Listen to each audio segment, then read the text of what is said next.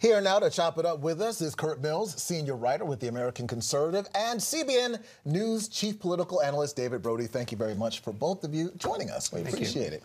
So, Kurt, to you first. What do you make of this move on behalf of the White House not to take part in these impeachment hearings this week? They obviously felt that it would burden shift, is the term I think you're hearing out of them, if they decided to agree to it. There has been no indictment. The impeachment, remember, is an indictment.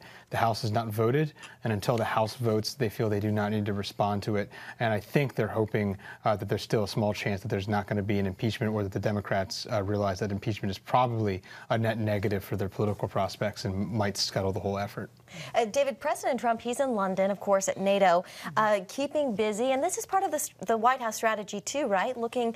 Giving off the appearance like he's busy working amidst all of this chaos back here in Washington with impeachment. Right. That's what President Clinton did back in the late 90s when impeachment was swirling around him. Act presidential. And, you know, we had one of President Clinton's top advisors, Mark Penn, go into the Oval Office, talk to Donald Trump about how to kind of, you know, work this impeachment situation at the time. So, yeah, there's a visual here. And as it relates to NATO, I mean, look, he's going to go to NATO, and he's going to have some good news to report. Many of these NATO countries now anteing up, penning up more money than they did in the past. So he's got a good narrative to tell, at least at NATO. They're scared of him over there. Well, when you put those two strategies together, not participating in the hearings and looking presidential, is that going to work for him? I think this is obviously a trying time and an inflection point for Trump. He has made making the NATO countries pony up more a signature item of his presidency.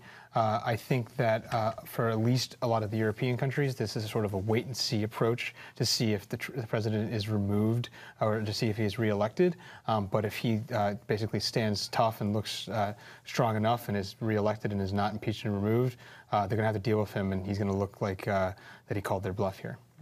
Let's talk about 2020. You know, Joe Biden, he's still leading in a lot of polls among black voters.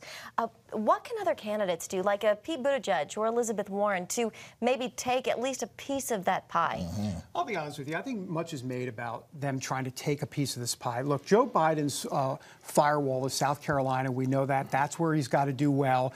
But here's the problem for Biden, and what could be good news for Elizabeth Warren and Buttigieg, in answer to your question. If one of them, both of them, wins Iowa, New Hampshire, and then all of a sudden there's momentum, right? And, you know, we talk a lot about Biden's appeal to black voters, but the truth of the matter is voters, whether they're black, white, Asian, Hispanic, doesn't matter. They want to go with a winner. They want to back a winner. So if you start to see a winner start to emerge out of those first 2, 3, 4 states, then all of a sudden I think the calculus shifts a little bit, and I think those numbers creep up. Whether you're Elizabeth Warren or Pete Buttigieg, the winner is the key. Well, everybody right now is talking about this video of Joe Biden on the campaign trail.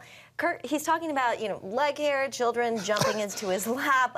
Not a good combination. It has a lot of people, shaking their head. What did you make of this? Is this just another Joe Biden moment? You didn't think it was well worded? I mean, I don't know, did you? I guess my view is that I'm a little bit skeptical that people know who Joe Biden is. It's a little bit like Trump with the gaffes last cycle.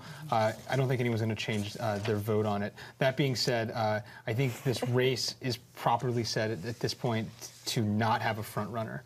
And I think, just to Dave's point, that's why you see someone like Bloomberg looking at this. So I think, obviously, if somebody wins the first couple of races and consolidates support, that's a huge problem for Biden or anybody else. But if there's a chaos scenario, say a Buttigieg wins Iowa, a Warren wins New Hampshire, a Bernie Sanders wins Nevada, and Biden wins South Carolina, then it's basically a 4 or 5-way race heading into California, and someone like Bloomberg or someone else thinks they can steal it. All I know is Donald Trump said you'd be so sick of winning when he's president. I think the gaffe machine for Joe Biden is sick of winning, because it's winning a lot in this campaign. Not sure there's ever a good time to talk about leg hair. I'm just saying. That's right. David, thank you very much. We appreciate it.